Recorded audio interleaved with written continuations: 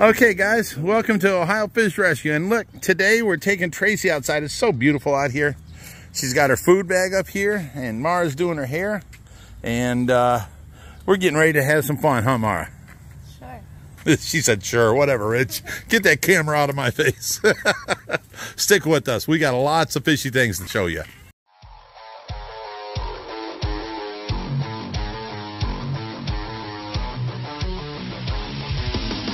Are you done yet? You around if you don't stop it. Okay, we got her sitting out here listening to her waterfalls, her aquascape ecosystem pond, and we got her laying back right now. She's eating her lunch, and it's almost done. And she's sitting here. She actually fell asleep. She's leaning back. And we got the great Mara takes care of our Tracy for us. Jen's here volunteering. Reaper's here. Y'all know Reaper, and we're just sitting around the pond enjoying it and giving Tracy a little bit of outdoors time. Hey, while we're out here, let me show them your flowers, Tracy. Look at the lilies are blooming. You've got a yellow one here. Let me zoom in on that guy. Look how pretty. And then a white one right there. First two flowers of the season. Actually, that one bloomed first up there. Oh, we got one blooming up here? There's two of them up there. There's one still. Really? And then we got this white one right here. Now, that tells me the rest of summer, this pond is going to be covered in flowers. Because we get 6 or 8 for each one of these lily pads. And there's 1, 2, 3, 4, 5, 6 lily pads up here. 7. So we're going to have, 6 flowers on each one all summer long. This is going to be a bouquet of flowers everywhere. Now that's all taken care of. Reaper's got a rescue to go on. What are you picking up now, Reap? Ferrets. Ferrets. I've never heard of that kind of fish. What kind is it? That'd be interesting. So you're picking up 2 ferrets and it's cage and everything else with them, and we're going to find them a good home. And it's real close to here. So Reaper's going to go do this real quick. And me and Reaper, with his broken rib, have to get this 180-gallon tank out of there. So let me say, I have to get the 180-gallon tank out of there. I'll help as much as I can, man. Right. Gonna be fun. But this is gonna be rough. All right. Yeah, because we gotta go take off tomorrow morning and go to Chicago. Well, not only that, later on today, we have to be up rescue there in Cleveland, and I have to be back here by 4 because that's when the nurse leaves. Right. Okay, we got it out. I pulled one end out until it was on its teetering point out of the van, and then we set the roller down. I let it teeter. Then we came over here and we pulled it out more, and it rolled out with it. When it was on its very end, we grabbed hold of it and just took it straight, like gracefully fell to the ground. Basically, we lifted it, but we just took it straight and set it on the other roller. Then we rolled it out of the way. It ain't so bad. Now, me and Reap could not load this by ourselves. Well, I probably could if I really needed to. I've done it before, but it's done, and he's on his way. See you, Reap. Okay, so now we're back here in the fish room, and Josh is here. I caught Josh here. We've got a little bit of a plan. So, we've got this quarantine tank. It's treated us great. It's been doing super well. But we need our tigerfish and our modest to be in a larger tank. And we think the best of this scenario right now is to put them fish in here, let them grow as big as they can before they get upgraded to a monster tank. So we're going to take all the fish out of here, put them in the 180-gallon quarantine tubs. These 2 are going to go out to the pond out front, and then that'll bring the 150 can be emptied. We have a tank outside that's a few inches taller, can be swapped out, and then that'll be back onto quarantine. Okay. So, let's go ahead and move these fish. Well, it's a little surprise for you guys. I didn't plan on this. Yeah. This pacu can be rehomed. He's a little 10-inch pacu, red belly. My problem with this tank is no matter how much we clean it, it always looks not clear, Yeah. It's not a pretty showy tank, yeah. I agree with that, but I don't know why it's not clear looking though.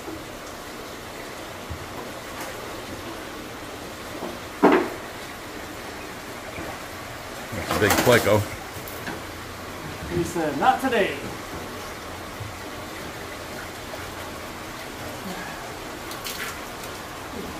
He's pretty big. Yeah, he is.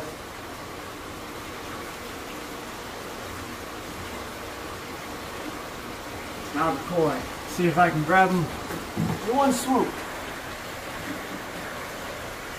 Open the door for you. Oh.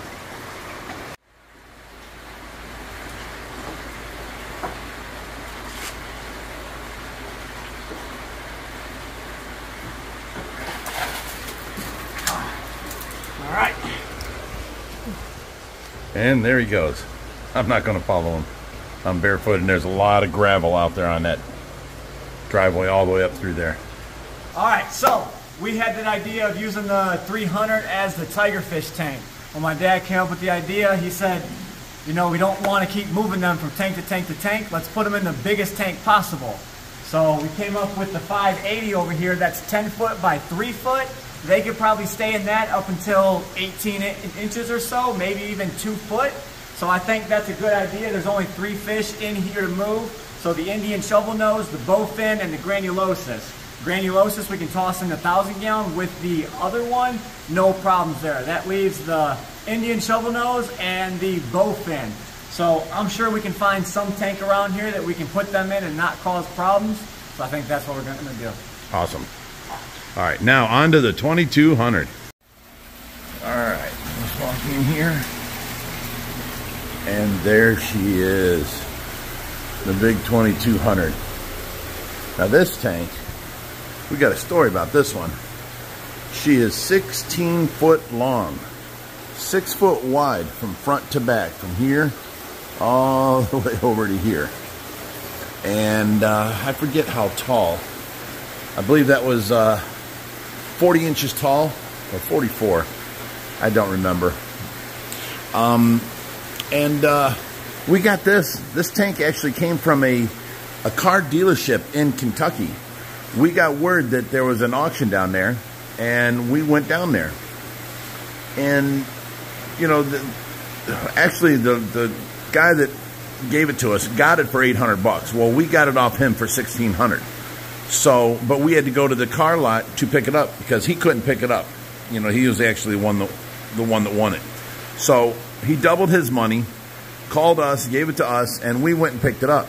Now, here's the deal. Me and Tracy went down there to Kentucky with my Ford Edge with a trailer hitch pulling a car trailer. And this is how we figured we'd get it home. So we get down there, and it's in an empty car lot inside the building. I guess the feds have taken this whole car lot from the guy. He got in trouble with the feds for embezzlement or something, and they took his entire car dealership, sold off all the cars and everything in it. So, you know, we get in there and we couldn't even get to this tank. I mean, well, we could get in there, but it was in the middle of the showroom inside of a car dealership. And how are we going to get it? Well, they let us back our car and trailer in there right up to it. And then they said, well, if you got to get in there and disconnect the electrical and you got to, you know, do this and that, and then we'll pick it up with a forklift. Well, they were able to do that. But trying to pick it up out of the forklift, out of the ground, there was some more electrical that we didn't see, and we ripped that apart and sparks went everywhere, and that was crazy. And then what we did was we went on this side, and he lifted it up. We put it on rollers. He went around the other side. He lifted that up, put that on rollers. We tried pushing it with the forklift to get it out of this little indent, and all 4 rollers broke. So what he did was he got onto one side, and we opened the doors and got some wood under there, and he got his forks, and he lifted up one side. We got our trailer up under it. So, and then, you know, he went around the other side and lifted up that side. And it was crazy because now at this point, we didn't have this side on rollers. So now he had to set that side back down, lift this up, put this side on rollers. They found some that they had. And then he went around the back side, picked it up, and then we backed the trailer under it, all the way under, and to where it's hanging off about 4 foot off the end. He went under the very end, lifted it up from the bottom, now because he can get under it because it's up in the air, lifted it up and put it onto our car trailer like that. So now this thing's sitting, we moved it all the way to the front of the car trailer. The tank is sitting with a nose weight pointing down, and my car is sitting with its nose pointing up to the sky. It took us 7 hours to get there. It took us 12 hours to get home because all this weight on the tail, we're driving like this. I couldn't go above 45 miles an hour all the way home. But we got it home, and it was crazy. I had to rent a forklift to get it off. And here's some pictures of that. You can see we're getting it off the trailer here, and we set it in the front driveway for a little bit. We had to build an addition to the fish room to fit this in here. So now here you can see this is where the fish room originally ended. That was it. So we had that double doors right there that are covered by the Puts Pond thing. Now we added on 11 foot from here over to this end by 35 foot. And we brought this in when the cement hardened. We brought it in and set it here, and then we built the rest of the walls around it, just like we did the original fish room and the 4400. So that's how we got it in here. And, you know, it's one of our showpieces. We're not wanting to get rid of. But originally, it was set up saltwater with black reef sharks in there. And from someone that got a hold of me, said that they knew the guy that used to own this, said he had over 100 grand into it. And there was a complete life support system underneath of it. Very nice. Plus, look how thick this acrylic is. That's 2-inch thick right there, acrylic. And it goes down, you know, 16 foot long. So, but yeah, and then this here, this isn't actually a canopy. It's just a piece of wood trim. I can lift it and show you.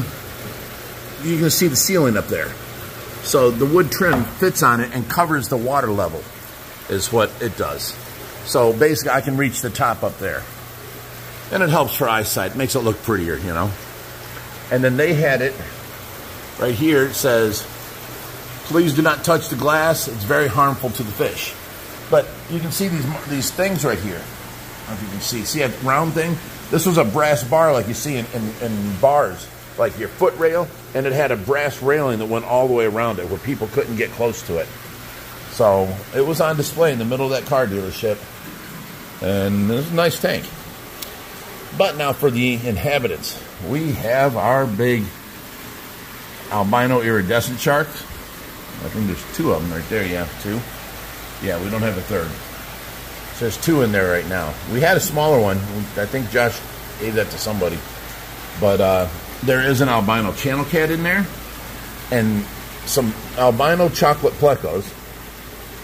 Basically, we set this up as our albino or platinum tank. And then we have our Oscar. Well, here's the other chocolate plecos. There's 4 of them, actually. Then we have another Oscar. And look at 2 giant gouramis over there. Usually they don't get along like that, but these 2 get along great together. So they've been in here for a long time. And then this guy, this is one of my favorite fish here. This is a platinum red-tailed cat and a very high-quality platinum. We actually got that from Mr. Vincent Wu in California. That was that trip I drove to California twice in one month. And then I came home and I fell out of the truck and ripped all the tendons off my shoulder and had to go to surgery. That was a crazy drive. We also got these guys.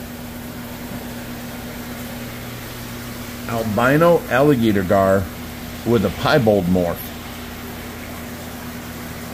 Very rare and very, very expensive fish. We're probably going to have to move this guy out soon and to the pool because he's getting big. And then we have this snow white arowana in here.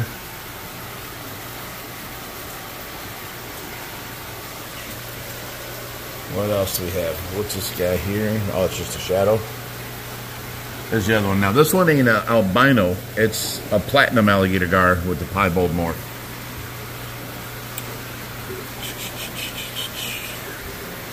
I think that's about all in here. We got this light over here on this side is out. You can see the lights here, but this one here is off. So we have to get them replaced. The albino channel cat there. And then we put the black tiles down in here. And there's some big fish in here. They never move it up. The only problem we had with the black tile was when Tracy was putting them in, she cracked the one and left the piece in there. Well, that piece came out. It's over there. So if we can ever get back in there, Josh needs to go in here and clean the inside of this glass anyway. So at that point, we can go ahead and put that back in. Both these pieces right here. But yeah, that's our 2,200 gallon tank. And here's some more pictures of it while I talk. You know, we had it off our trailer, like I said, sitting in the driveway for a while and sitting on the side of the house till we can get this addition built. But yeah, this is one of the main tanks I have here. See, now if you guys remember, I'm going to turn and show you this tank. This 1,000 gallon was my to end all tanks. The biggest tank I had was a 300 gallon for most of my life. But then I bought this 1,000 gallon when Tennecore went out of business. I got it for $4,500. They delivered it brand new on a semi truck, and me and Richie built the stand for it, and me and Josh built the canopy for it. So I thought that was my biggest tank I'd ever have. There's no way I'd ever have bigger than that. For many years, that was my showpiece. It was in my garage at my last house. And then I got this 4,400. Then I got this 2,200. Then I built that 3,000. And it's just crazy. And then I got these two 1,800s here. And yeah, it's just gone crazy. Oh, and then we did the pond. The whole pool. So, yeah, this is a hobby that got out of hand. But we still use the overflows in this tank and the returns. The overflow goes down here to a huge sump and a sock table, and then we pump it back up. But what we have is we have fresh water coming in, and as the sump fills up, it overflows out of the sump to the drain. So all the water we got coming in here goes through this tank and then out to the drain. So, well, I hope you guys liked today's video. I love telling stories about my tanks and how I got them and how we come about them. And if anybody out there knows anything more of their previous history and stuff like that, always just, you know, let us know. Send us a message. We always love the previous owner's input. So, thank you for sticking with me and dealing with me. And as always, stay fishy, my friends.